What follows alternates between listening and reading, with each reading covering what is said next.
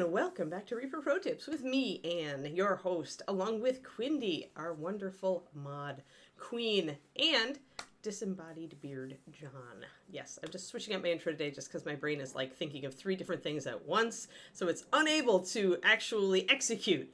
Like intro.exe failed to execute. Thanks for the resub again, Quindy. And Miss Keeks is out watching the birds. So part of her that's a bird dog likes to watch the birds. She's also being vigilant against our local rodent population, of course.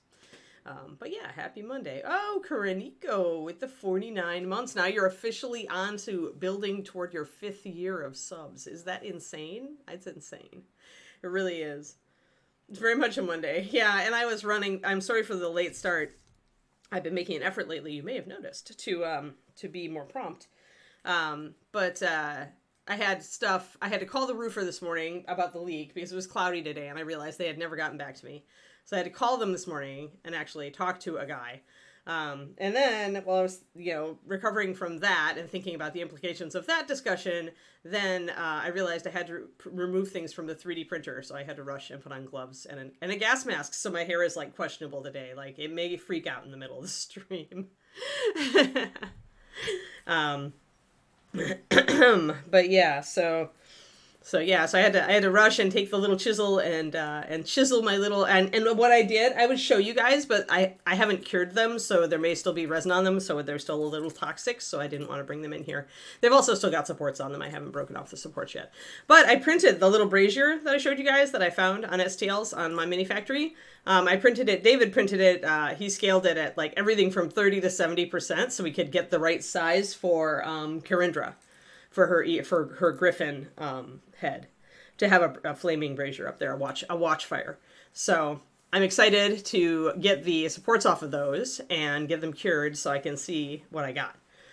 3:30 p.m. Central. Sorry, Inara. Yeah, I'm sorry. I should just make it 3 probably, except sometimes we're late with lunch, because for us it's 1:30, right? And if we start lunch at like 12:30, then I have to rush to get done with my lunch by 1. And I hate to do that because it's like the only time of the week, of the weekends are the only time when David and I get to have lunch together, right? So yeah. Oh, the calendar says 2:30? I just checked my Twitch thingy. Darn it. I'll look at that again.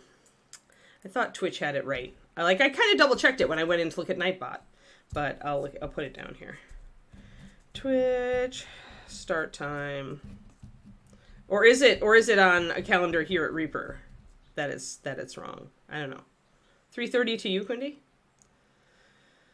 Okay. Oh my gosh, a month's worth of rainfall. Yeah. That's good that you're on a hill. It's nice to be on a hill at times like those, unless you get a mudslide. Then it's not good to be. It's still probably better to be on the hill than under the hill.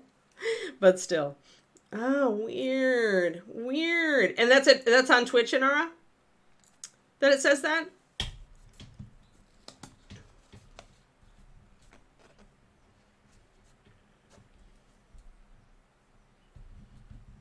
I'll double check it. Just to make sure. So I thought I had it under the schedule tab. Schedule. Yeah, I did just double check it, but I only flyby double checked it, so you know how that is when you've got like 1/10 of your brain which just finished doing a bunch of other stuff. It's like, oh, is that okay? Oh, okay, it's okay. Yeah, it's like that. I'll double check. Thanks, Inara. Thanks for the heads up. But yeah, it's 3:30, 1:30 my time, which is a decent hour, and then I go till 5:30 typically. So later is better than earlier for me. Saturday at 3:30.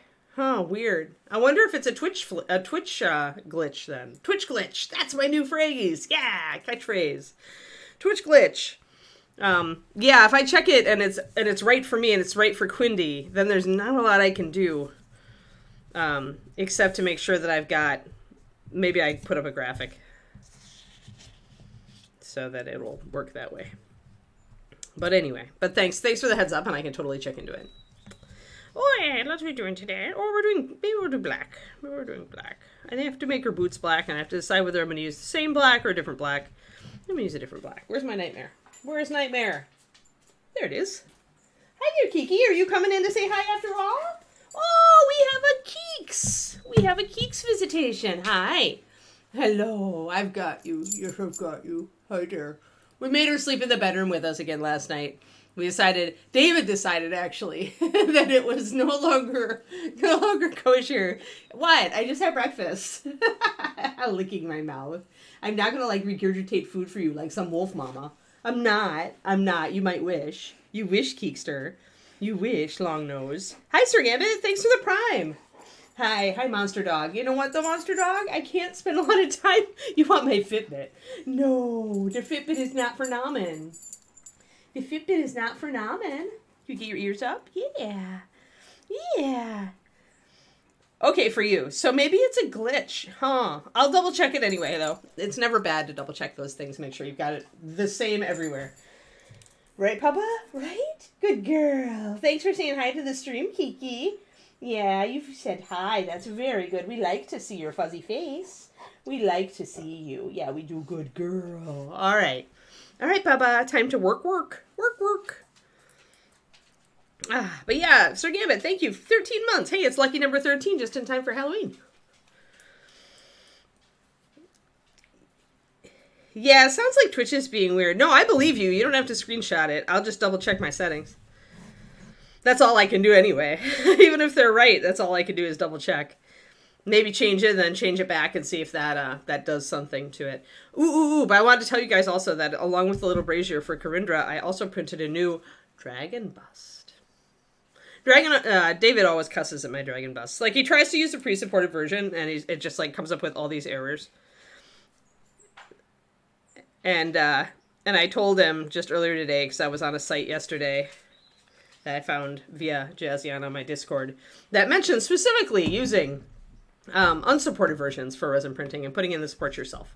Which, Lychee does really easily. So David can't really complain anymore, in my opinion. But this dragon bust is much taller than the current dragon bust. So, I'm not, I'm not. Oh, Kiki, she brings me her ball strap. No, it's not playtime, it's work. You know this, Papa. You know this. You're just testing. You're a good girl. I love you very much, but you have to settle. Yeah, it's work. I have to pay attention to these people, not you. Not you right now. No, I'm sorry. Guilt. The dog guilt is real, guys. Dog mom guilt. Good girl, you can settle and chew. You're a good girl. Yeah, she's like, please play with me, please. Dog guilt is real. Anyway, but yeah, I decided I was having enough fun with the first dragon, and with a concerted push, I could get this done fairly quickly. So I decided to go ahead and pull the trigger on the second dragon and print it. Oh, daylight savings time.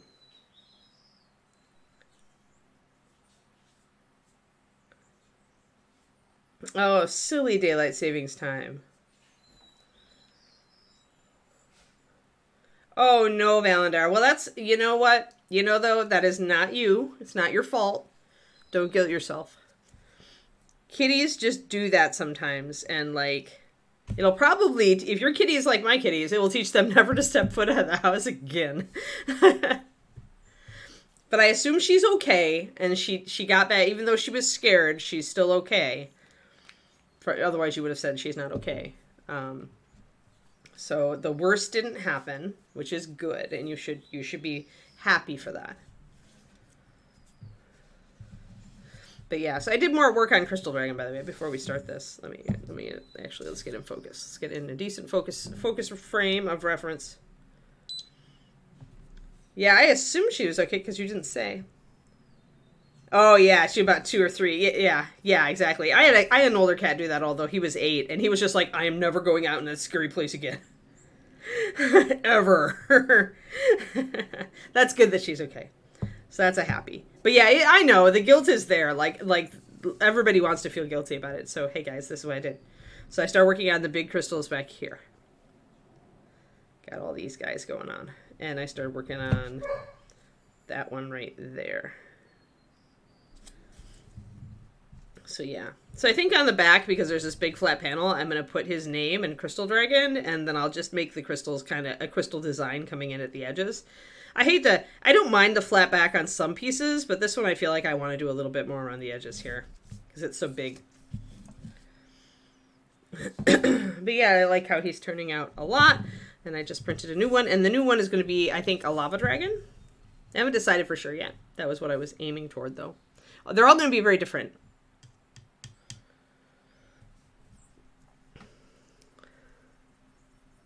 All right, so first thing I'm going to do, guys, using this is, even though I'm looking for a near black, I put just a tiny bit of white into my Nightmare Black. Why did I do that?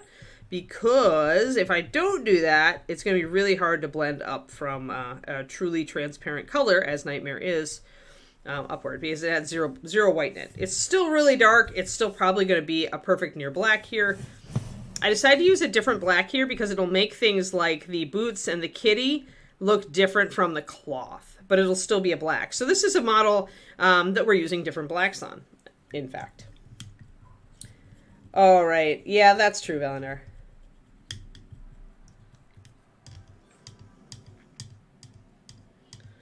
But I mean, the best thing you can do then is just get her back into her routine right away. Make sure she has plenty of noms, good noms, and lovin's. Because animals don't dwell on this kind of thing usually. Like usually they'll move on unless it was super traumatic, then it might reactivate. But often they will move on if we don't freak out as much. So if you can just get her taken care of, she'll probably be okay. So that's a little lighter than I wanted. So I'm going to add another drop of Nightmare. Oh, that's true. That's a good idea. Probiotics are never a bad thing. It jury's out on how much they do, but it's not, they aren't going to hurt anything, that's for sure.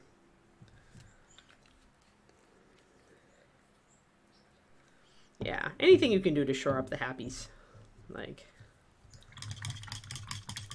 it is true that like prolonged stress can have big detriments. So I hope she pulls through. I hope she gets past it without having any like big blips.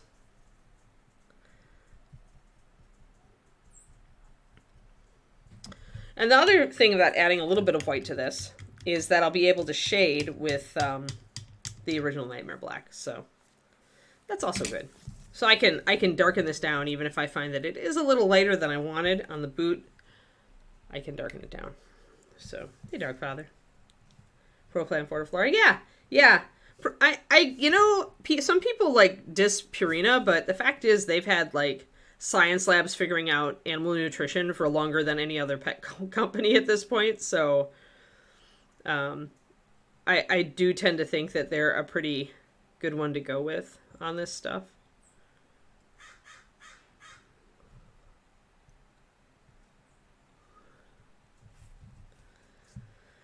I feed Kiki. Other than Farmer's Dog, I do feed her Pro Plan, Purina Pro Plan. The kibble version, the kibble that she gets is that. My dogs always did really good on it. All right, so dark, maybe a little bit darker than the highlight here. Still not as dark as a true black, but that's okay. We can bring true black in to shade any of this stuff. So we can use different blacks to make different things stand out from the purple. Right now, though, this is almost a split complementary scheme. Actually, it is. We were talking about split complementaries. I mentioned they were hard to pull off. So right now, we've got a blue and a blue-purple. And on the other side, yeah, we're not quite there. The cream is, because that counts as a yellow-orange. And that is the exact opposite of a blue-purple. So we actually do have kind of a split complementary here with the skin and hair being on the other side. So we have an orange yellow and a red orange. So we've got almost, if we look at that on our color wheel, 1 second, grabbing it. By the way, backing Scale 75 Kickstarters is a great way to get mini color wheels because you get a ton. They have a ton of branded ones and they tend to just throw them in their Kickstarters.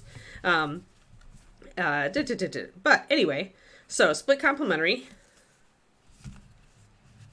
is normally this skinny triangle here. So if we look at, let's see, let's get our things going on here. Come on, there. Okay. So I want my two things to go over here to blue. Technically, I'm not even... Whoa, this one is not correct. I see. It's not expecting you to actually use it. Bad job, Scale 75. Bad job on that one. Let's use the one I usually use. This is also a Scale 75, but for some reason it's working. Okay. So actually, I'm not even split complementary because they're not looking at tertiary colors here. They're assuming you're going full colors and not tertiaries, so they're assuming blue and violet with the yellow orange. So technically, we're even closer than this would allow. So we're doing blue and blue violet. Technically, we are a little closer to purple though, so this still works as a split complementary, and the yellow orange is cream. So you add white to it and you get a cream color, and that is the color of the shadows. See it? You can just look at it and see that it's like, if you look at it from a distance, you can see that it's pretty much the same color. So you see how that works, guys. Like with the color wheel, they've got these little stripes here, right, that you normally ignore. And sure, if I look really close, I can see that they're different colors. But if you back up so that you can only see the generalities, then this color looks the same as this color. And you can really see it. Do you see it? So when you are doubting, if you're having trouble parsing these, because it's printed and it's never perfect. But if you back off and you kind of look at it from a distance and you can see the similarity, then you know you're in that wheelhouse. And that's all you need to be with color theory. You just need to be in the wheelhouse. If you're a little bit warmer or a little bit yellower or a little bit, blacker or greener, whatever. But as long as you're in the wheelhouse, you've targeted that. So we are definitely using a split complementary scheme here. And then, our accent color is red-orange. So actually, if we look at it, we're actually in a long tetrad scheme, a rectangular tetrad as well. So let's see here. So with the tetrad, we've got red, orange, and yellow, orange, and down here, we don't quite, we miss it, actually. We're a little bit off. So since we're not doing a true tetrad, because we'd have to be blue, green, blue, violet to do that, essentially we're doing split complementary with the orange being our accent color, with the red, orange, the red hair being an accent color outside of our main scheme. Does that make sense to everybody? So you can use your color wheel and you can be like, oh, I think we hit this. And then you realize, oh no, I'm off from that. I can't do the tetrad. What that means essentially, because the skin is also a red-orange. It's just a red-orange with a lot of white in it. And then the hair is obviously also a red-orange with brown in it. So it's a muted red. Both of these are muted red-orange, brown and white. If that makes sense to people. Yeah, and I'll definitely be darkening this boot down. I'll be using the Nightmare Black as a real shader for it to bring it down. But I don't mind it being a little grayer out the gate and a little bit lighter because this model is much lighter than a traditional witch, right? We've already noted that. A little bit outside the bounds of a traditional witch color scheme. Complementaries are the easiest part. It's when you get the split complementary and tetrads that I even need to double check it, obviously, because I had misnamed that one. I have to stop and do the math in my head sometimes. All right, so we're also making the kitty this color.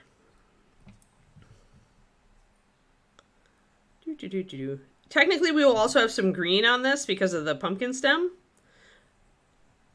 But I'm going to mute it out probably quite a bit because I don't want it to be a dominant accent. I want it to really disappear.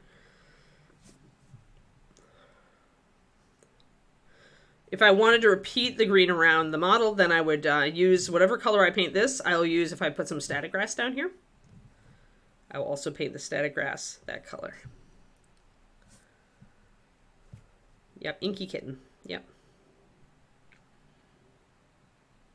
And again, although it is blue, we make it dark enough it will still read as black. Apparently only historical people are going to call you on blue-gray not being a real gray. Most people, if it's a blue-gray tend to read as neutrals. And most people will give you a pass on, say, a blue-gray werewolf. And if they don't enter their painting competition ever again. Yes, I was there. Blue-gray werewolves were not natural enough at that show, apparently.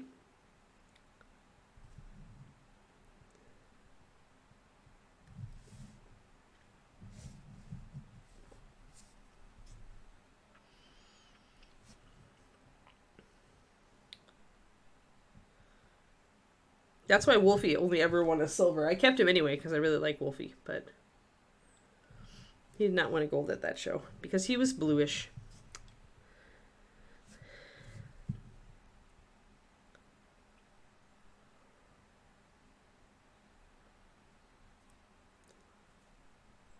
I should have gone back the following year and entered a pink werewolf just to make my punctuation point. Right, exactly, Sir Gambit. Right, exactly. I was, to be fair, after I heard, because I would not have heard about this, because normally, you don't get insight into what the judges think necessarily. But one of the other judging teams mentioned to me that was the main reason. And I essentially went, because I knew all the guys who started that show, and I went to one of them, and I'm like, what? When? Since when? Right? And was apologized to, and then said that because I had entered on Saturday instead of during the main judging, and was told that judging team was less experienced or something. I don't remember. Essentially, excuses. Excuses. But it just goes to show you, don't take it, obviously I remember this, because I like to bring it up, because this stuff can happen, even though it's silly and counterintuitive. I was mortally offended at the time, but I got over it. Mostly I was mortally offended because I really liked Wolfie, and I thought I'd done a really good job on him. And to be knocked down for color was kind of weird, but, just keep in mind that with competitions, just go into it with kind of a we'll see what happens mindset. Do your best, because the point of a competition for me is just to motivate me to do a really good job and be proud of my work. That's what competitions do for me these days. It's nice to go in and win, but it's it's more about motivating me to finish something that's high level, because I've had problems with that in the past. Yeah, right, Sagebrush.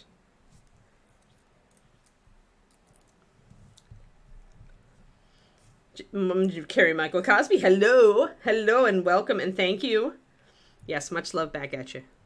It was stupid that I was sitting right across from you at ReaperCon, Carrie Michael, and I got to talk to you once.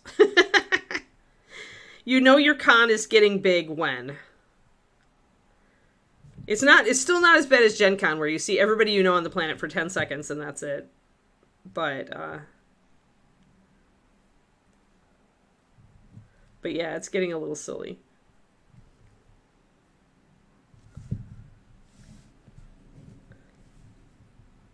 Alrighty, so we've got Kitty. Got Kitty all painted in, all nice and inky Kitty. It's the way of cons in general. It's just when they get big, right? When they get bigger and we get busier, then it gets harder to... First of all, we're constantly distracted, though. So we look over and we're like, oh, Carrie Michael, I have to go over and talk to her. I should talk to her more. Hey, we should chat more. And then, somebody walks up to you and it blows right out of your mind. Because you have the attention span of a 6-week-old kitten because it's a convention. So yeah, it's funny. But I'm glad I got over at least to take a closer look at Shimmer Scale, who is very pretty.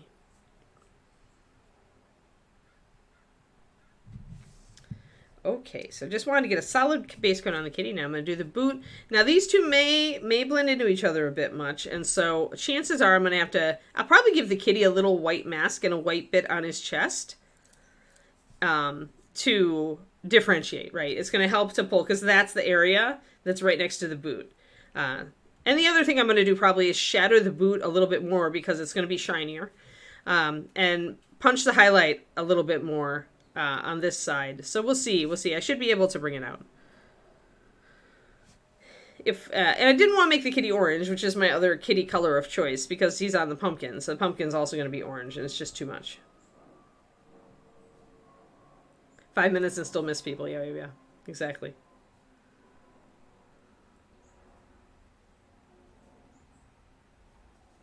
Yeah, that's the good kind of perspective, right, Kritiko? It's the World War II Army veteran going, you idiot, they were all different colors because they were all different ages, different dye lots, different everything, dirty, not dirty, faded, not faded. Yeah, there was no such thing as correct, yeah. Yeah, exactly. Yeah, Ron was tertiary. Let's just face it.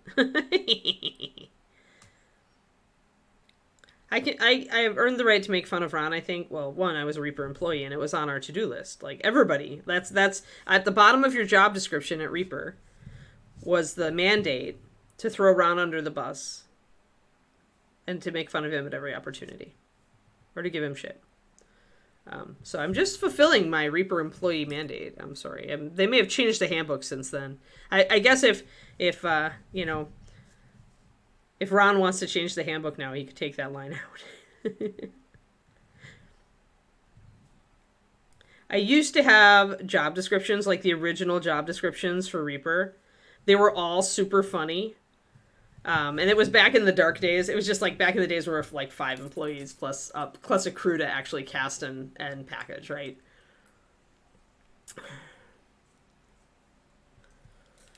And I just remember that Ron's job was specifically to carry a clipboard around looking important. And then several other people's job descriptions, because it was like Jeremy and Dave and Ed, and it was several other people's job descriptions included to give Ron shit. So that's where all that came down from, is that original. I wish I still had that little piece of paper. I showed it to Ed once, and he was like, oh my god, I can't believe you have one of those. Because, you know, it disappeared. Somebody typed it up back in the days when typewriters were the thing, and it got photocopied, but it never actually got digital, so... It was hilarious, though. That's where that all comes from. So one thing that I could do right away, I'm noticing a lack of balance. And actually, haha, I got to, okay, I'm gonna just, like, you know, kind of like, gloat a little here. Can I gloat? Is gloating okay? I got to lecture David on color theory last night. So sweet. Oh my god. So because repeating colors around the model, right? He was like, he had this bright pink flame in the hand of his blue demon, and he's like, why isn't this working? I feel like it's working, but it's not working. And I'm like, here, let me talk to you about repeating colors around the model, and why you need it, and why it works, and why you should do it. And here's what you should do, and that's what you should do it. It's just so rare. It's just so rare. Because David is, like, as good or better than me in many, many aspects of the hobby. Right? I'm as good or better than him in many other aspects of the hobby. For freehand, for example. But like, we're really close. And so it's rare to run into something that, to me, is so obvious and ingrained that I do it automatically that he doesn't even think about. Dogfather. He actually, David, okay, part of the reason I married this man, Dogfather, is that he does listen. He actually does listen. Like, he stopped, he listened, he, like, said, but, and then he said, oh, and then he went, huh, you know, like, he actually listens. He wasn't going to count it out just because it was a weird and roll, although I fronted it up by saying, this is the thing I do all the time. But, you know, some painters don't do it, but here's the problem if you don't do it. Focal point. Focal point! Yeah, and he saw it. He knew there was something wrong, or he wouldn't have showed it to me. So, but still, it was super fun. It was super fun, Dogfather. I get that so rarely. So rarely. Oh, right. Yeah, Sir Gambit. Yep. Well, I'm sure that happened, right? Like, it's like you wanted to repaint the truck because it's just got whatever on it, and then, you know, everybody else is like, oh, yeah, and then, but you're there in the jungle with a freaking spray can or set of spray cans, you're gonna just do it. It's like, war is not a pretty regimented thing.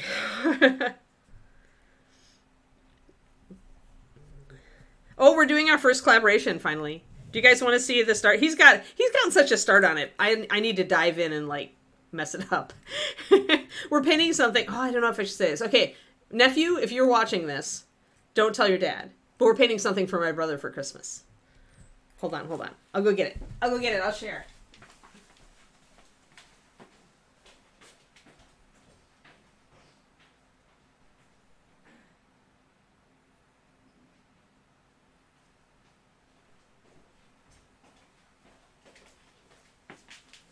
So when we were kids, one of the movies that my dad seemed to always have on when it was on was The Good, the Bad, and the Ugly. And both me and my brother are Clint Eastwood fans. So this is not licensed, I'm pretty sure, but that's David's start. That's a start, folks. Start. Is this guy good at light, or is he good at light? We still need to get the likeness a little bit better. Like from some angles, it really looks like Clint, and I feel like there's just a little bit more. Really looks like Clint from this angle. But we need it. There's just a little bit more. So yeah, Clint Eastwood in The Good, the Bad, and the Ugly. So I'm going to do the cloth patterning and texturing here. I'll probably do this as well. I'll do the hat band. I'm going to do the hair, and I'm going to do some micro texture on the face. So, but yeah, from some angles, like the under angle, I think there's some angles that really looks like Clint Eastwood, and then some other angles that I'm like, okay, we're falling down a little bit. So I need to, because the sculpt is really good. It's really close. So yeah, we just need to tighten it up. And then David's going to do the hat, I think.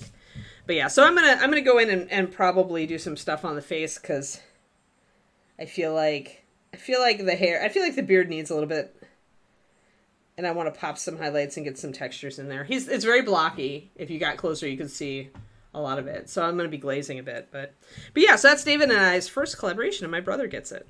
So that's pretty cool. So yeah, nephew, if you're on the stream, don't tell him. Although it's school day, so I'm sure he's not on the stream, but he might watch it later. So that's the only problem with like having family secrets and telling you guys, is that I know that a family member actually watches here and there. He watches more in the summer, though, I think. Makes sense. But he's not in school. All right, I'm going to get some of my Nightmare Black Pure version out here and thin it down so that I can do some shadows. Yeah, I've heard that, Kroniko. I haven't seen Scott Eastwood, but it's pretty cool that he looks like his dad. Although, if he doesn't want to go into acting, then it's probably a detriment. Or even if he does, typecasting. Wouldn't that be weird if typecasting from your dad like fell down on you? Even if you weren't that kind of actor? And I don't even know if his son wants to go into acting, so. But that's funny. But yeah, I like Clint. Clint's pretty cool dude these days.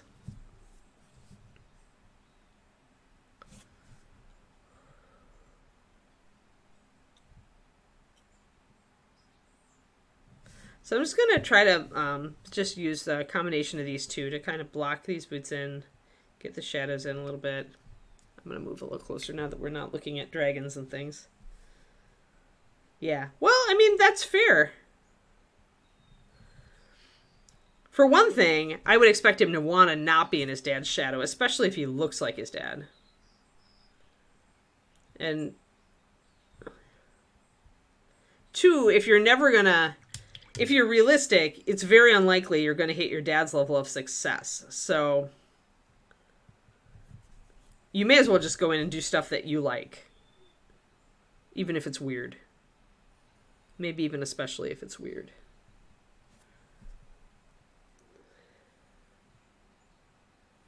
Yeah. Collaboration painting competition. 2 hours, 1 miniature. That would be weird, Dogfather, yeah. I would do, if you want good results, I would do 3. But if you're just doing it for fun and it's supposed to be a speed paint, 2 hours, yeah. Just trying to get some shadows in here. Some of this should be really dark back behind this cloth. You gotta be careful. It's easy to hit the side of the cloth. I don't want to hit it too much. So bringing in some water to fudge that out a little. Okay.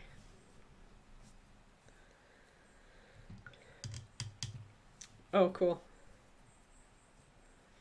Well, hey. Well, if he knows Taylor, then great. He's, I wonder how many people, I wonder how much, I wonder if in Hollywood it's like an everybody knows everybody else kind of thing, if you're at a certain level, or your parents were, right? Or if it's too big of a pool for that. I just think about in mini painting where we tend to know each other. Or at least know of each other by reputation. when you get to a certain level.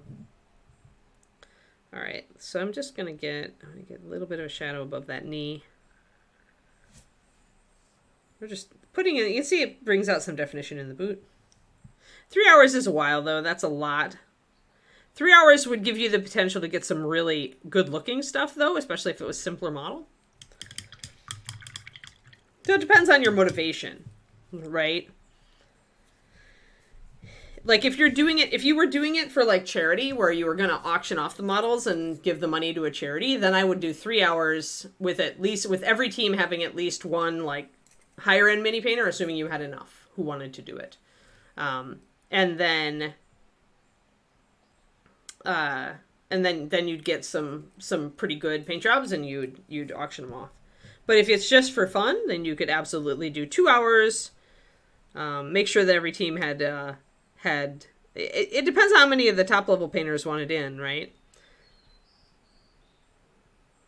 Although speed tends to equalize, because a lot of the things that we can do require time. Although there are people like Derek, obviously, and David, who are very fast at blocking in. And I've gotten much faster at blocking in over time now that I wet blend so much. So, but there's still like limits. But the more time you give, the less equal the playing field will be if there are pros on some teams and not on all teams.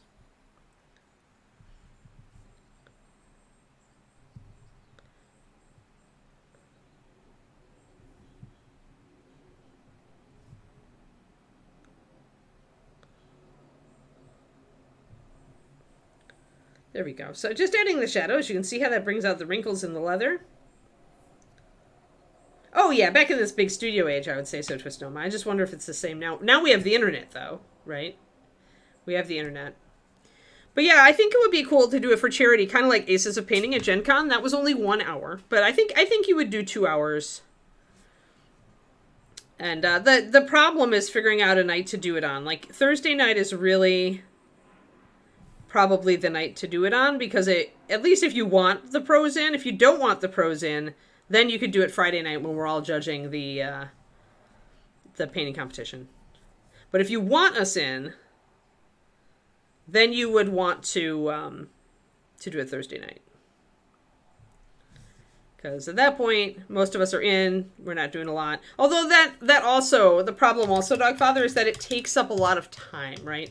A lot of us don't have much time to socialize with everybody and talk to y'all anyway. And so taking that evening out that we actually do have pretty free, that can be, like, that's the only evening, if you think about it, that's the only evening that we have free. Most of us. Because Friday evening is all about the painting competition for those of us who are judging it, which is most of the pros. And then you've got Saturday evening is all about the award ceremony. And then Sunday evening isn't. Anything, right? So the really Wednesday evening, if you're in town, and Thursday evening, those are the only 2 free. So that's the issue with it, is that normally I would say, hell yeah. But then if I look at it and that's my only evening to just hang out and chat with people, then it might be kind of, I want to, but, right? 80 degrees. Yeah, break out the parkas. Yep. Time for the sweatshirts.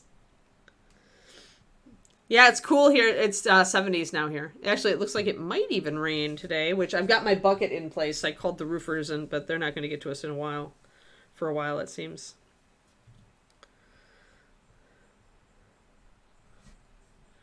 Let's just shade that in real quick.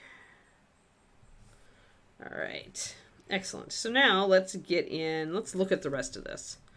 I think I'm going to go brown. I need something to ground this. I feel like I'm going to go brown with the leather. And I'll probably use the orange on the pumpkin to highlight the leather. The question is the staff. Am I going black with the staff, or am I going more of a natural wood? I kind of feel... Or is it a broom? It's a broom. Okay. Then... Like, okay, so the pros and cons. The con of going black with the broom handle is that it's right up against the black back here. Although this is going to be highlighted purple and this is going to be highlighted blue. So that will pull them apart, and I do have, that's only a tiny little bit that they cross over there. The brown would repeat it's not as important to repeat browns around the model. Although the fact that I'd use the orangey color on the pumpkin to highlight it and also to highlight the hair means that we would be repeating the orange around the figure. I know. I'm going to start with a black and work it out to a wood color on the farther end, like it's fading out. That's what I'll do. I'll do the best of both worlds.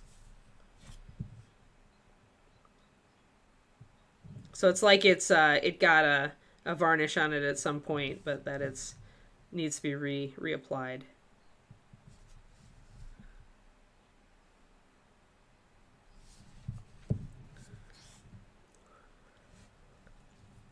Also, I can just do what I'm doing on the leather, or what we did on the leather for, oh lordy, which one was it?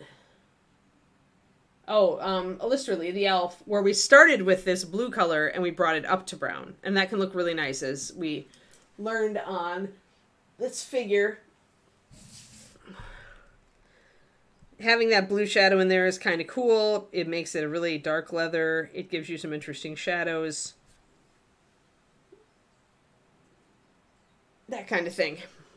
So yeah, we could totally do that. And then we get the best of both, right? We've got the blue in there to repeat this, but we also have the brown. So yeah, I think I'll do that. Yeah, it's definitely diving in temperature here. But it's supposed to be 70s now for a bit. So, like 70 degrees. So mostly 60s during the day. Which is about finally right for this area. Getting up to 90 and 92 last week was a bit much.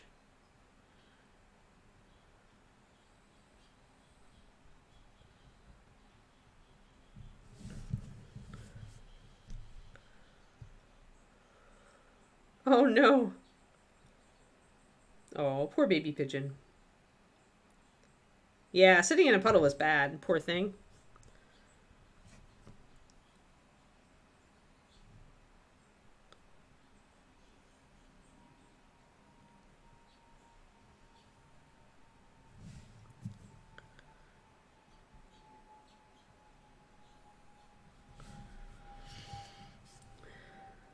So I'm going to do this, and I am going to shade a bit more down toward the bottom.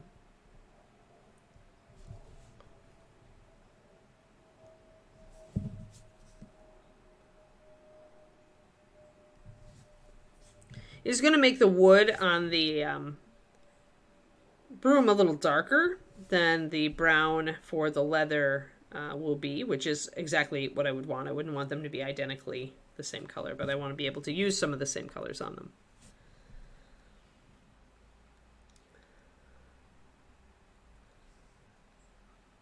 Oh yeah, I'm a wimp too, Twisted these days. I start whining when it gets below 75.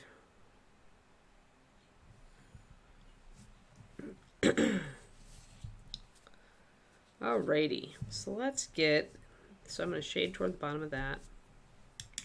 Probably won't make that much difference. Oh wow, lots of rain. We wish. Or actually we won't wish. We don't wish since I have a leak right here, but we wish in general in this area of the world.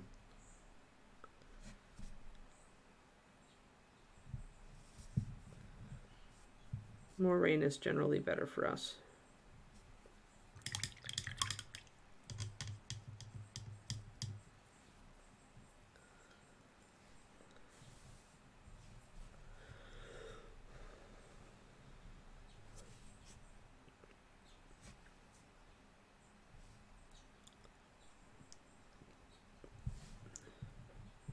All right, we'll just pop it there.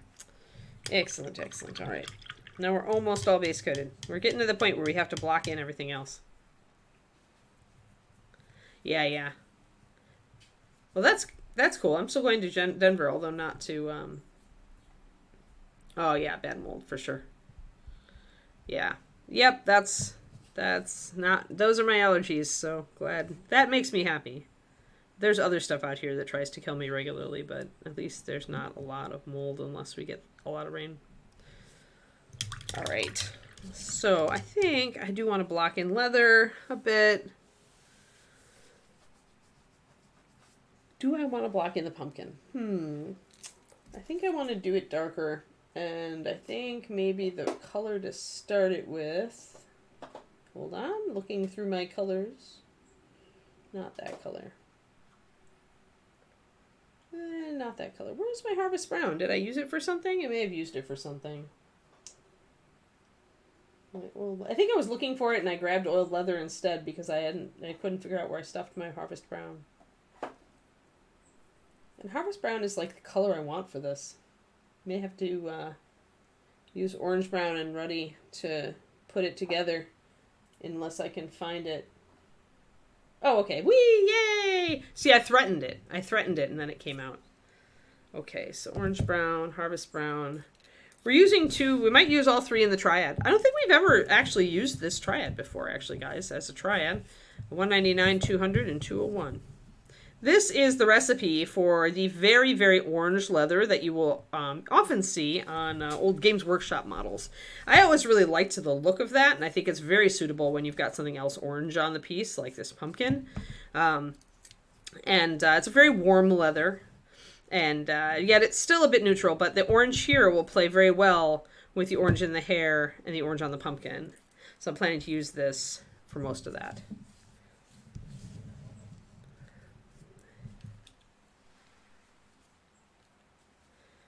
Yeah, now that your roof is fixed. Mine is not yet fixed. Yeah, I mean, it's a triad. This is one of the triads that I actually, instead of just being like a basic mid-tone highlight shadow, there's actually a target I was reaching for. You can almost always tell those triads if you look at them because they appear to be made up of three very different colors. When I'm doing that, I'm usually have a point. Either I'm trying to hit a particular color from the past with one of those colors, or a particular color that I want, like the burnt umber with this, which is also a reason I did this. But the main reason is that this actually does make the old scorched brown, bestial brown, and I forget what the it wasn't snakebite leather, or it wasn't it was something else. There was an orange that we used to use.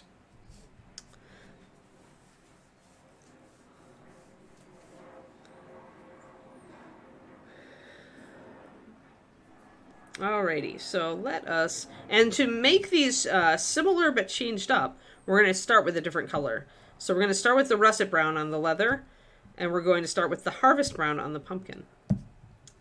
And then, of course, the hair, we'll be using the orange brown highlights for highlights, but that's it.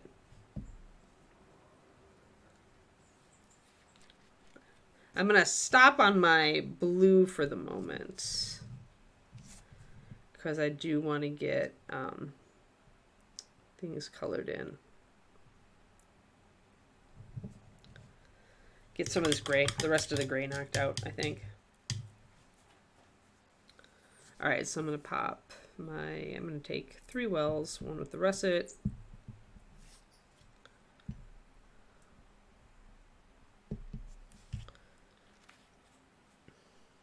One with the harvest. Harvest is a bit transparent, but it should do fine over the pumpkin. In fact, it'll turn a little bit more brown over the gray there.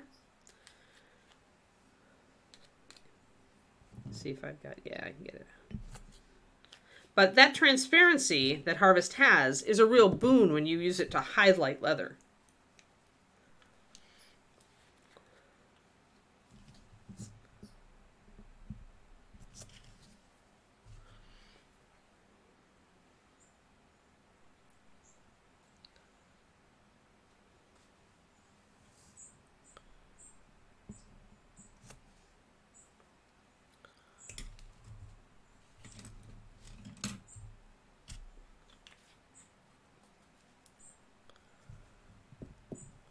Alrighty, so I've got those. I'm going to pop 1 drop of water in each to make them about a 4-to-1.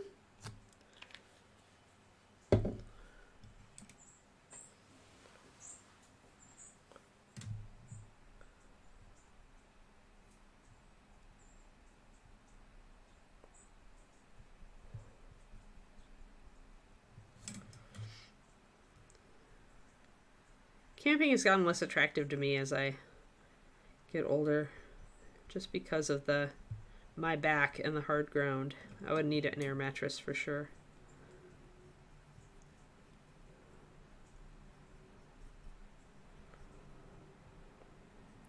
that I did camp out at several points during my childhood, so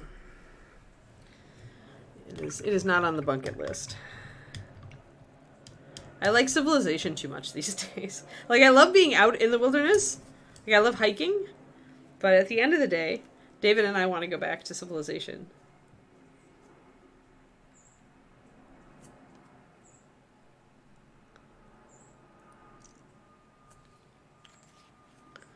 We're very suited for each other that way. Alright, so we've got everything. Now I'm going to start throwing some base colors on, get all the rest of this blocked in. There's just those two things really, so it should be just the top of the pumpkin after that.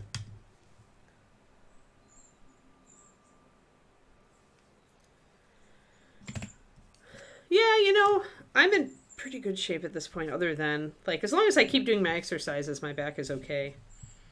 And my calf is starting to be better after I screwed it up. So that's nice. That's a relief. It's taken so long. I had to stop angering it every 3 days to give it time to heal. All right, let's get this brown in here.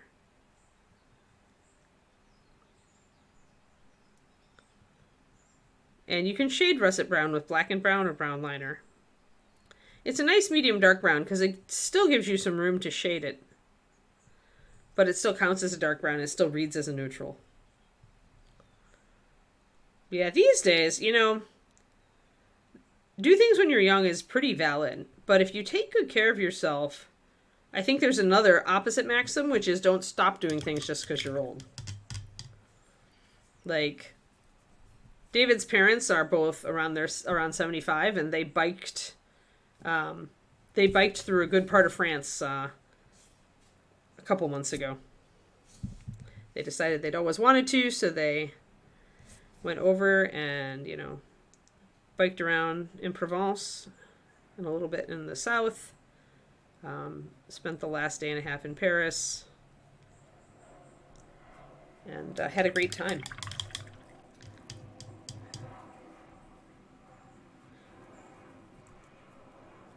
Yeah, which is why I work out, Slayer. It's why I work out now. Because my parents really, I don't know, my parents do, like, my dad does exercise bands. He does his weight training that way. And he walks compulsively, and both of my parents walk compulsively. And they're both 75-ish, a little older than that, I guess 76 now. And they're both in very good shape. They can still, like, take their road trip to Arizona every year. And although now they'll be able to fly since they don't have a dog. But they still manage that. They still, you know, they still travel.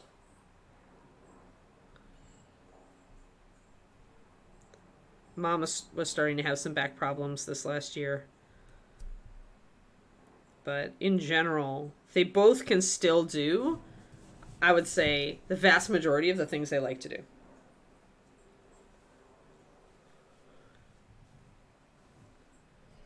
Right, yeah, you never know when the weird thing comes out of left field. That's what my intestine stuff taught me.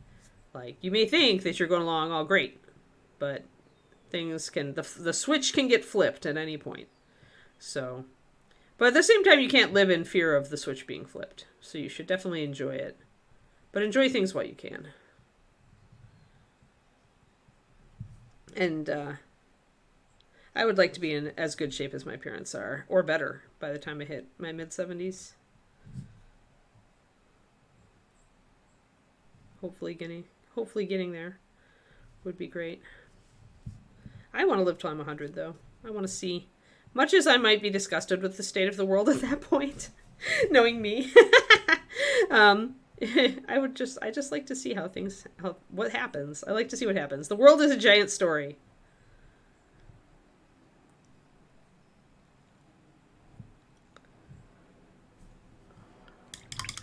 Alright, so you've got our leather blocked in. That helps with everything. You can see how the leather, the warmth of it really resonates with the hair. Now I feel like the hair is like, and especially if you use the same orangey color to highlight both of them, that'll actually make them resonate even more. So now the fact that we've got an orangey and a red, you know, here, it's like, are things clashing? Once I shade, not as much, I think. Yeah, don't put things off. Yep. Yeah, you had a weird your switch definitely got flipped. And sometimes it just does. And sometimes you can't see it coming. So, all right. So you can see how this harvest brown looks very, very orange over this gray. And any light color will make harvest look like this. If you put it over black, it's going to have a completely different look. It'll look much more brown, much closer to the russet, actually. But this is a great starting pumpkin color, as you can see. Why I chose it. I hope you see. Because it's really coming across more as a dark orange. It's still muted. We're getting this, and it isn't fighting. It isn't fighting with stuff. Not really. Once I shade it, even more so. If you put down a color and it seems like it's visually fighting with other colors on your model, don't make the call until you put shading on. Because shadows tend to be more neutrals, and they tend to pull the piece back and separate it. They'll darken it just a little, and you can then make the call if your colors are really clashing or not. Highlights don't work the same way. But shadows can ground your piece, and by introducing more of a neutral tone to some colors, they can tone them down and then stop them from fighting as much if they're having a conflict.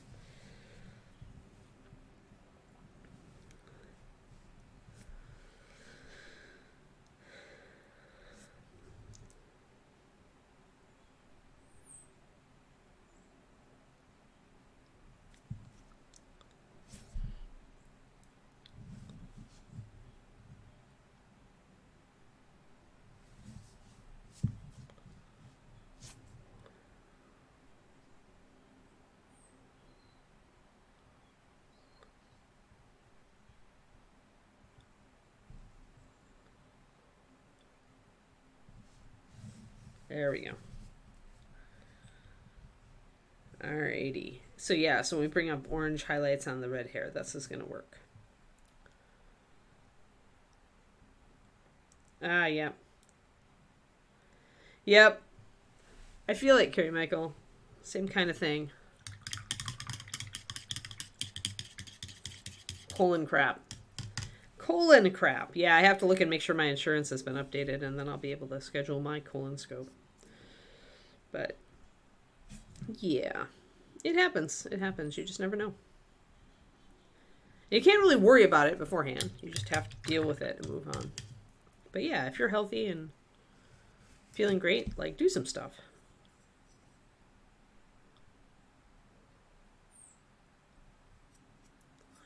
It's like every time I take a really long road trip, I tell myself I may never be able to do it again. Not because I necessarily think that's true, but because it could be. And I really enjoy road tripping in the American West. I enjoy all the beautiful things that we have to see out here.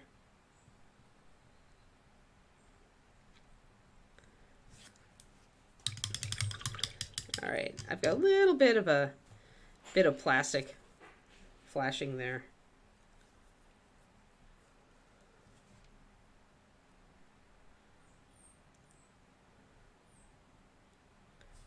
Yeah.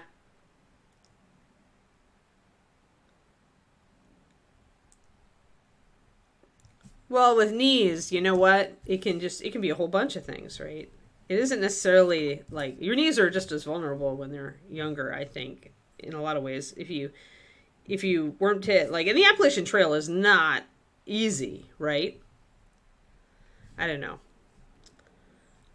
I feel like you could do it, but you have to be maybe more careful as you get older. But Appalachian Trail, I mean, Pearsall, those of you who know Brian Pearsall, who teaches at ReaperCon, he and his wife, before they had their kids, they did a part of the AP. They were out in the wilderness for 2 weeks, I think. Yeah, but I feel bad for that guy. I hope. Yeah, I gotta stay positive and enjoy. Yeah. Eating more pie in your 20s, yeah.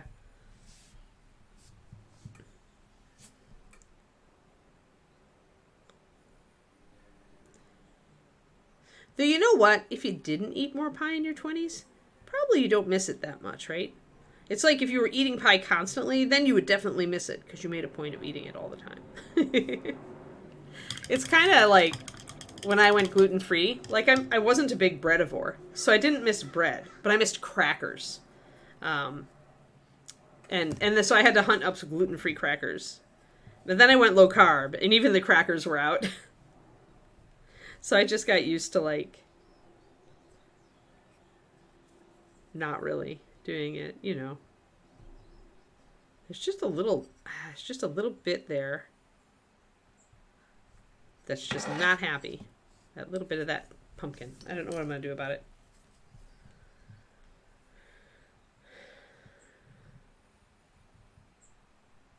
Oh yeah.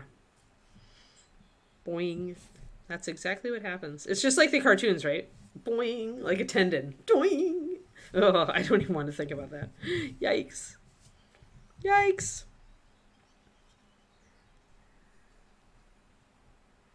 But yeah, I don't know that I'm in for more strenuous hiking, but I do like hiking. I like getting out and about and seeing pretty things. I'm looking forward to Hawaii. Now that my calf is starting to feel better, I am hopeful that I will be able to do Diamond Head again. And I want to do some waterfall trails. So I didn't really get to. Last time last time I was there, they just had a ton of rain. So a lot of trails were really washed out or really muddy or just not really safe. I'm finally to the point where I'm starting to look forward to Hawaii because it's coming. Finally, we can take our honeymoon. Finally. All right. I probably want to get some brown liner out so that I can line around these lead. I've got some of my earlier lining, but when you hold off painting a portion, even if you got lining around it, inevitably you'll want to touch up that lining. So just gonna make sure I block in stuff like this. So now we got the only gray thing left is the pumpkin top and the bristles back here. And the bristles, I'm probably going to do something similar to the base for the white, but I'll take it down more toward the orange. You were a huge weedivore, huh?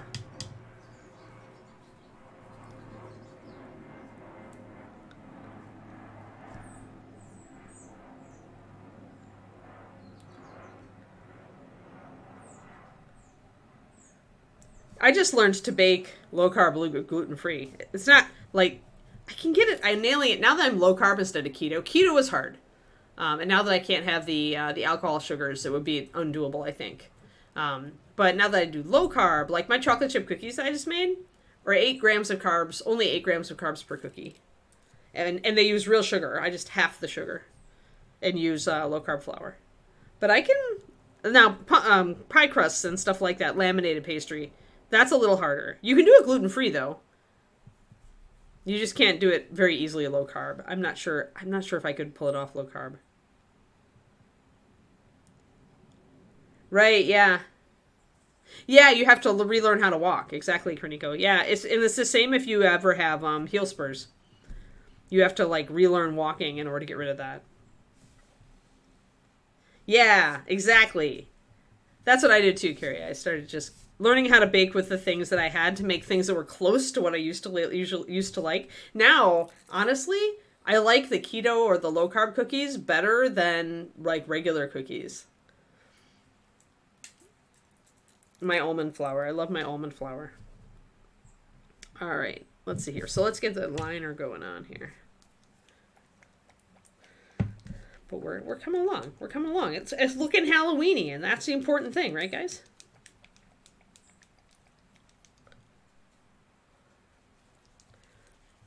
You can use coconut oil as a vegan, right? I use coconut oil instead of butter sometimes. Yeah. Honestly, I do, because my choices are, like, I can cheat if I want to every once in a while, which not everybody can. I will every once in a while have a taste of something like somebody else's cookies, and it just won't be the same. I'll just be like, I want my cookies. That happened at Christmas last year. Because David's mom brought makings for her cookies and made them here.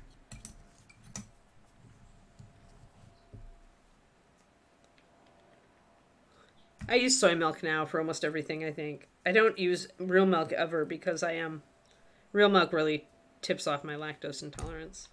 I have a lot of things that are milk related that I can have most cheeses if I don't overdo it. But milk is just like a kick in the face. So I love soy milk. So I'm just like, why bother with real milk ever again? So David's got it for his lattes because it foams better than anything and he prefers the flavor. But yeah, yep, depending on how the guts are doing. Yep. Oh, that's too bad with the apples. Yeah, it's hard not to be able. Did you ever look into that that Indian spice that's a lot like garlic, onion, and isn't? Asafoetida, I think it is. I've got some in the kitchen I can fetch. Oh, is there another one? There's an Indian spice, but maybe that sounds like hing sounds like a different, maybe it's a different version, different thing, but close. Yeah, asafoetida, yeah. Oh, hing is a different word for it, got it. Yeah, yeah, and that's really, I found it very similar in flavor. So that's really good that you can use that. Whenever, like, I'm not so much like, I guess I'm a pragmatist about my diet at this point. I don't care if I have to cut out something as long as there's a way I can substitute for it that allows me to get close. Got a little bit blorfy there. Got to unblorf. Unblorf. The top of this belt's still pretty good anyway. So let's get a little bit of shading around this.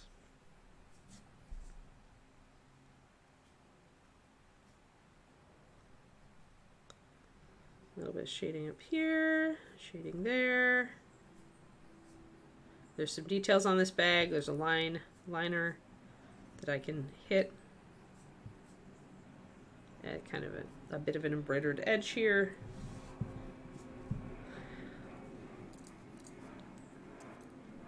The planes are flying overhead. But yeah, I ordered my Hawaii Revealed guidebook for Oahu, and I'm still looking forward to it. And we have all of our restaurants booked, and we have most of our breakfast places listed.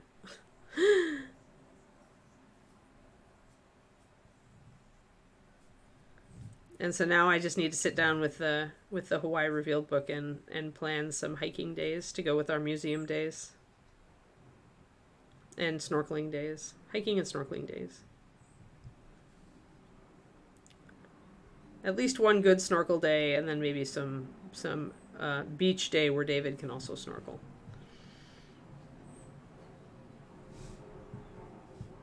Yeah, that's what we were doing today, is covering up most of the naked plastic, Richard. Ah, garlic infused olive oil. Well, good. Oh yeah, garlic. Being able to use garlic infused oil is just almost as good. Honestly, you just want the flavor, and oil is good at slurping in flavors and holding them. So that's good. I'm glad you can sub in a good way, Carrie Michael. All right, so now I want to maybe mix my russet with a little bit of my brown liner, put a little bit of a shadow underneath that top area there.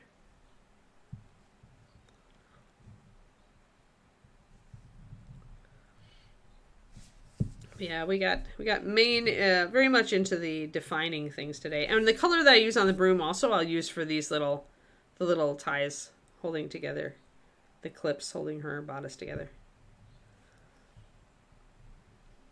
I'm gonna use my liner around the face of the pumpkin as well. Obviously, it's a great place to use it. You know me, I like to paint in sections until I get to that critical point where I'm just like, okay, now I'm going to cover everything up. But I like to be done on several sections so that the mini still looks close enough to finished that I like it. Otherwise, if I base coat everything, it just looks ugly and I hate it, and then I don't want to work on it. So it's all about mind gaming, right, Richard? For you, it's like you're allergic to having the gray bits, and for me, I need to be able to look at the model and find something to like about it in order to keep going on it.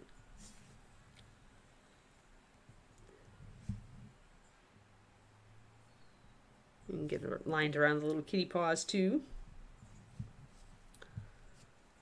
Oh, I wanted to say, you guys, actually, I'm gonna be putting this out in my newsletter for my author self too, but I wanted to put out an entreaty to anybody who has read West of the Moon or finished West of the Moon, who has not yet left a review. We're pretty low on reviews on West of the Moon. Part of my brain is sad and thinks that maybe people are thinking it's not very good because we don't have a lot of reviews. But, if you've already left a review, thank you. I really appreciate you. But sometimes people forget, so I wanted to remind. I don't want to nag, I just want to remind. That's a thing. And I would still love a review if you feel like giving one. And all you have to do is leave a number of stars. You don't have to write one if you don't want to. Right now, we're just trying to get to 10. Really trying to get to 10. So I'm shading around on the kitty with the brown liner. Using the brown liner instead of a blue liner is going to de-emphasize some of the blue on the kitty. And will hypothetically make it look a little bit more black, more neutral black, and less blue. But I should still keep it different enough from the boots. Yeah. Fair, Richard, fair. But yeah, so if you've read the book, would love a review. I feel like East of the Sun is sitting pretty, and will just slowly grow in reviews as I get more readers. But West of the Moon makes me a little sad right now.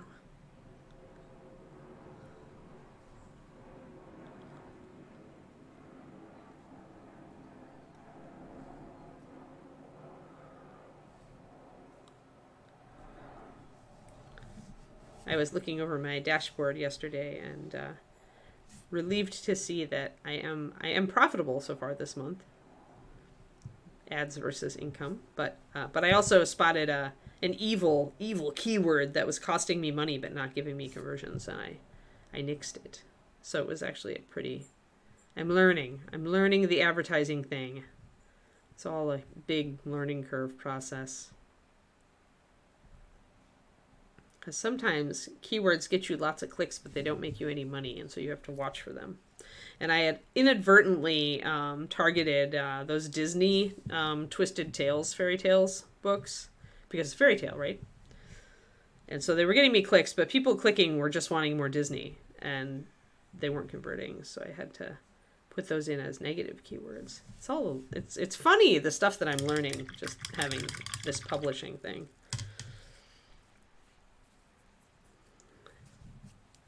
I'm getting better at it. But I'm still profitable. So that's good. That's good. Profitable books are good.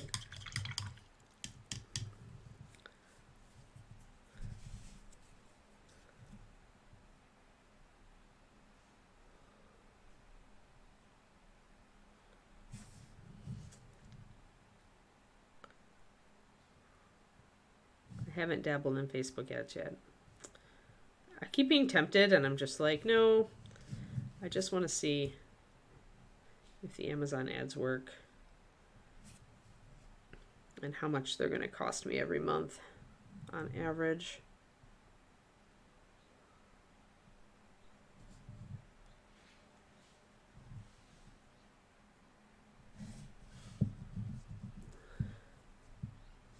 And we'll put a little bit of shadow in here, make that stem stand out a little bit more. There we go.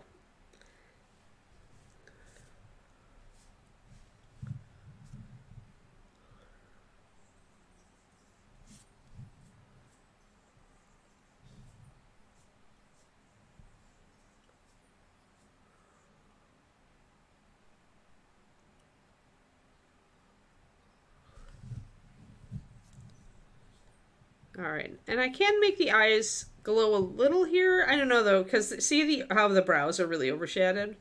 So when the eyes are really deeply recessed like that, it's really hard to make them glow, and that's why I'm darkening down instead of making glowy stuff on here. I might be able to get a glow effect. I really will need to push it to have it work. For now, I'm going to fill these in dark, and then I'll maybe try a glow when we get to the pumpkin and see if I can make it work. Right now, jury's out. But yeah, when something is this deeply recessed, the problem is the brows overhang the eyes so much that if I try to paint it glowy, it's going to fight me because there's going to be a natural shadow that's going to want to be cast over that. So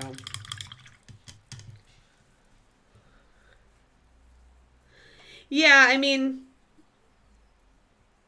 that's good, Carrie Michael. Yeah. Yeah, I'm sure Facebook does work well for authors. It's just, it's a whole different platform for me to learn right now. And I'm trying to kind of figure out. It can also, the thing with Facebook ads is that they can be very expensive. They can really run through your money. You can be careful and set a really low budget, and they'll just run through your money very fast. But yeah, I'm definitely going to do them, but I kind of wanted this month to be a benchmark month. There's no release, no new release. I'm not running a promo. I'm running a promo next month. Hi there, Kiki. It's not time yet. It's not time yet. You're almost right. You're almost right, Bubba. You're almost right. You can come up if you want, or you just want to sit here and get pets. I have to rinse my brush so that it doesn't dry, so paint doesn't dry, and I can pet my Keeker. Hi, Keeker. Hi. Mwah.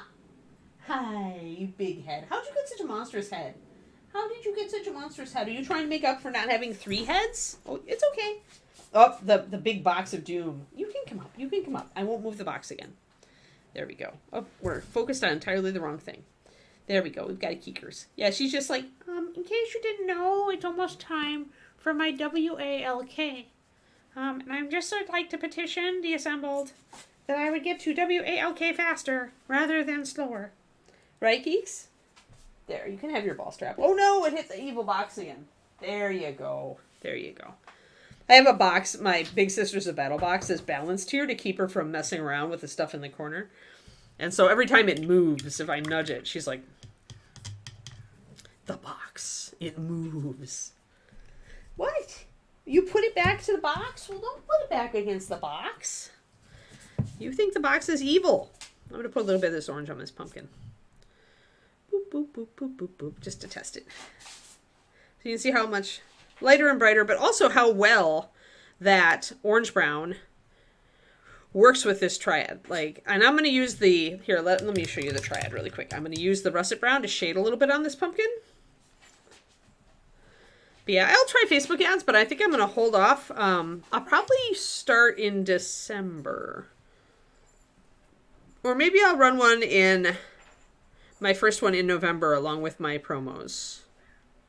Because I'm going to put East of the Sun down to 99 cents again and run some email list promos. Nope, she's being good.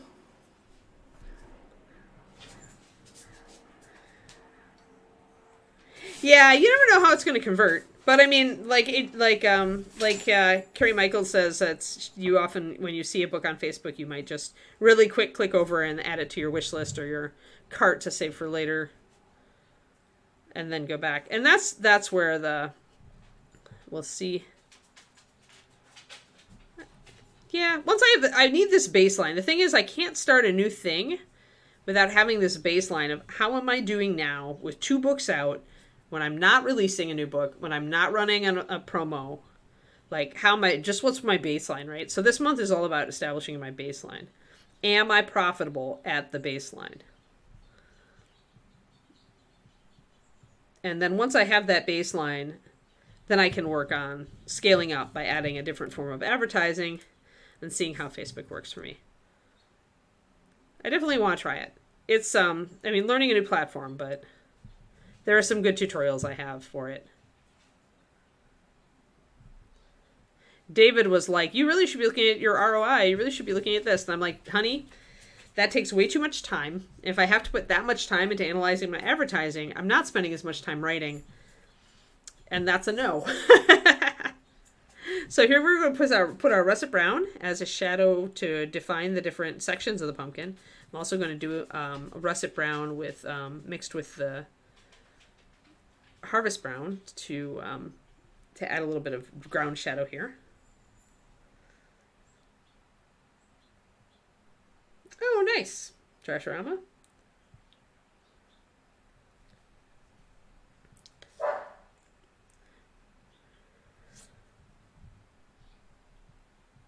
I emailed you, Trash, about the blorf. Ah, Blorf. Speaking of blorfs.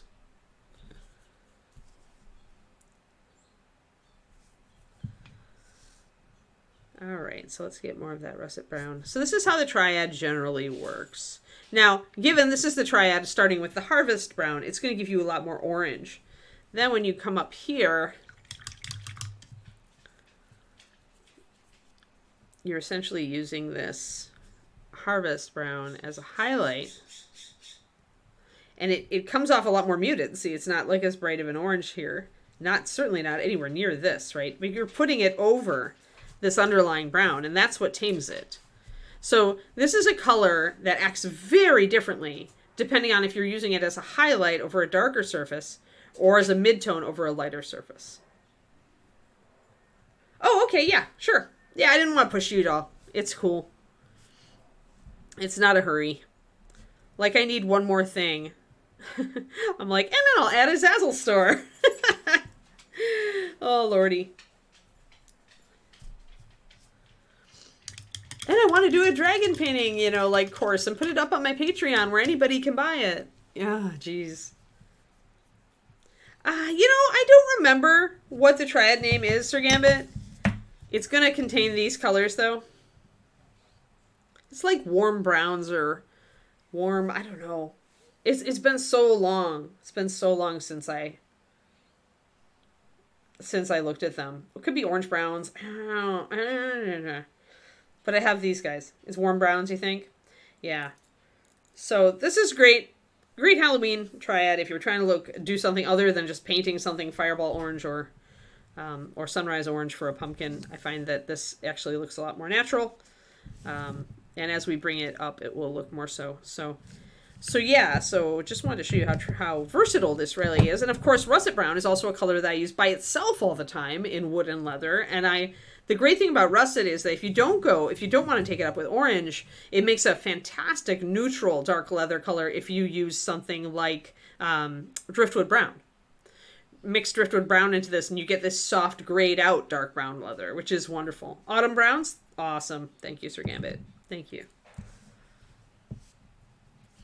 And then if we take this orange, actually orange brown has better coverage than harvest by quite a bit, so I have to thin it more.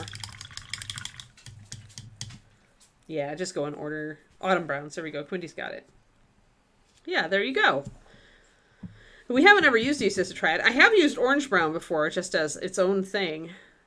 And I have used harvest, I think, as its own thing. And I've used russet plenty of times as its own thing because I consider russet a must-have color because it's burnt umber. So then we take our orange and we do some edge highlights here. And then we essentially have the same group of colors on the pumpkin that we do on this bag. We just started in a different order and it looks entirely different. But the fact that we're bringing up the orange, we've got that same orange down here and the same browns down here, means that these things are, see how well they're going together? These things go together really well. And they're the same colors. They're the same colors, that's why. But you can vary it. This is why it's so cool with the triads to experiment with starting with the shadow and working up and seeing what you get as opposed to starting with the mid and working down and up. And you can even go watercolor, start light and work down and down. And that's going to give you a different effect, right? So yeah, triads are very versatile things. They don't have to be used in a particular order. It's you can get different effects depending on what order you work them in.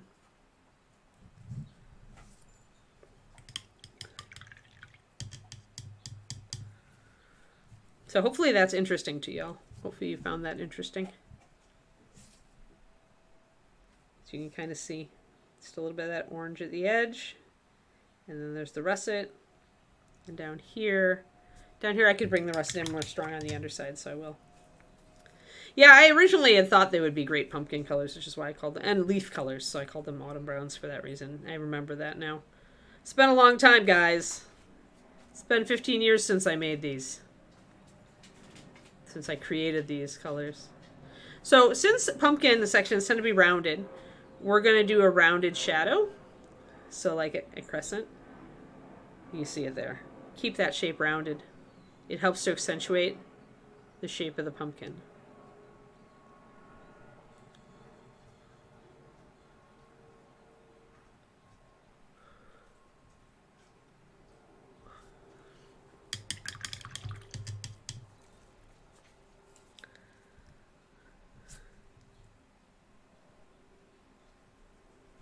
And you can also take a little bit and do some wet blending. So I just put up that wet blending video for my patrons.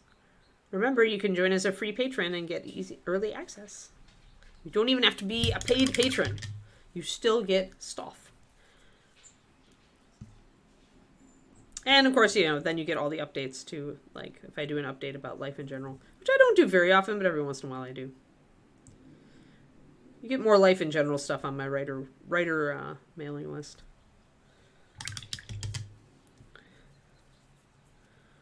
Although I'm drafting that post today and tomorrow as well, and I will be putting up the full cover for North of the Wind this month on my mailing list. It'll appear on social media and my writer stuff after that.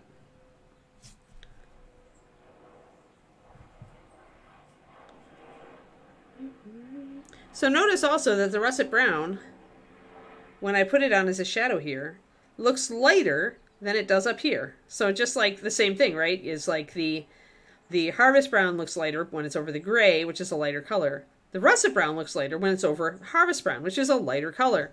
But if you put the harvest brown over a darker color, the russet, then it looks different. So it's very, starting dark and working light, different, gives you a different effect. Which is why for those of you who always start dark and work light, I would encourage you to switch it up sometimes. Because your paints that you think you know may reveal entirely different abilities and colors when you put them over a light thing as opposed to a dark, if you've been going black and going up with everything. Just bringing in some darker shadow on this. Really, the russet brown applied over the orange just makes it into a darker orange. You see that? 100 elves. Yeah, that's what I did with my wood elves too, Richard. Back in the day when I started painting for Warhammer, I had my war dancers were winter and my spear guys were fall, and my archers were spring, and my general was summer. It's fun. It's fun, and it switches it up a little bit. If you do that, make an effort to make the basing very consistent, and it will help to tie the army together, even though you've used different colors for different units.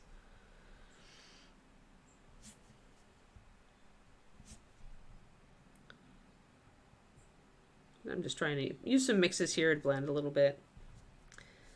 I'll bring in more of my russet brown to like shade a little bit more back here.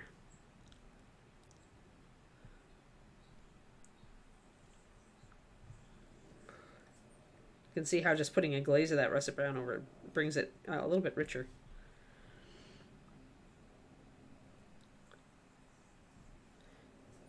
David's been doing a ton of hobby. Like last night, he was so hell-bent on hobby, which is because the new Diablo comes out in like a week, a little more than a week. So he knows he's going to completely stop hobbying when that comes out. So he's like crazy on hobbying right now. And that's his cycle. That's his cycle. He'll stop for like a month and a half or 2 months, and he'll just be playing computer games, and he won't be hobbying at all. And then he'll like flip the switch and go and do an entire month where he's just hobbying with all of his spare time. And that's how he gets so much done. Because he is a fairly fast painter, so when he stops everything else to just hobby, he gets a lot of progress in. That, and he's painting year round. He's not just... He's definitely got it mastered where I tell you guys, you know, start your ReaperCon entries right after the previous ReaperCon. He's got that down. Like, David is always working on something. So whenever there's a convention, he always has something to bring. He doesn't just start his ReaperCon and go... He doesn't just go, oh, it's November, I should start my Golden Demon entries. He's working on his Golden Demon entries after the previous Golden Demon entry. You just get in the habit of hobbying.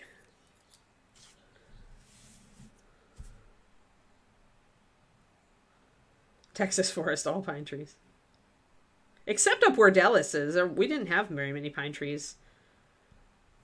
I'm really happy out here because we've got all these redwoods right where we are. I love redwoods. Icicles. Lol. So yeah, so there's the bringing in the highlight there to bring the pumpkin color up. And that is a nice orange. Like that, I feel like this color, once I get the hair up, especially, it's not overbalancing. I feel like the icy violet is still punchy enough that your eye goes there first. And because I use a lot of browns in this pumpkin, it's receding. And I can even push it back farther if I want to. I can brown it out even more. It's still going to look like a pumpkin. So using a brown for the base coat for this pumpkin worked just fine. But this is the most orangey, other than oiled leather, which is lighter than this. This is the orangiest mid-brown, mid-dark brown we have, Harvest. So if you're doing something like this with pumpkins, Harvest is the color to do it with.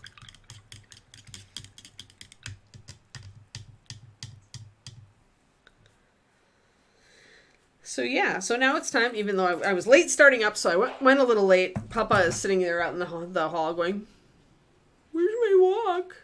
Yeah, that's you. Yes, clicky feet. And so it is time to say goodbye.